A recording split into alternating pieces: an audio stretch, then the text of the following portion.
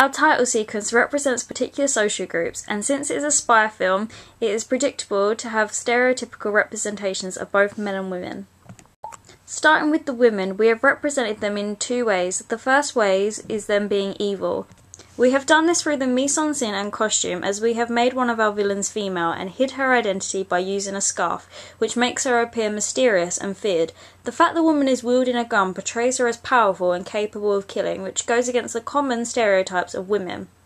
The close-up shot of the woman's eyes make her appear determined and alert, which represents women as being assertive and knowing what they need to do.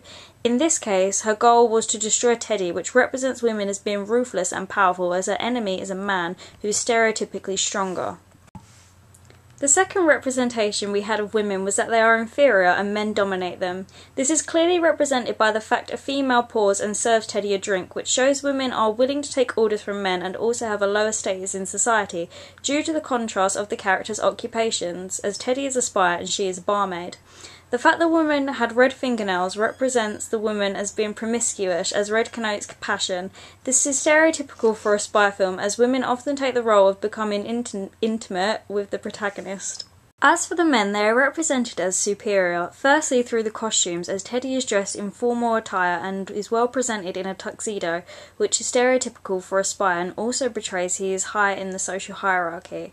However, as our spy starts off as a failure, he represents men as being simple-minded and idiotic due to him failing to complete simple actions such as using a gun, which a woman who is stereotypically shown as weaker is shown to be capable of doing. Through the use of close-up shots of the protagonist's face, we were able to show humorous facial expressions which represent men as being comedic and slightly unaware of danger, as there is a gun in the background of the shot.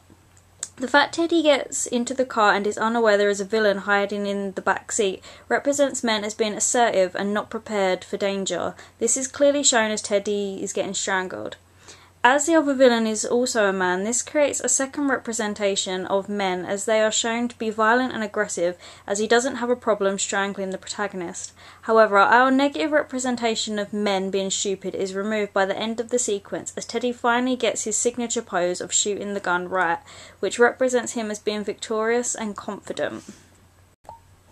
It can also be said that our protagonist represents men as being flirty, which gives him the label of a ladies' man, as he often winks at the camera and thanks the barmaid with a seductive wink.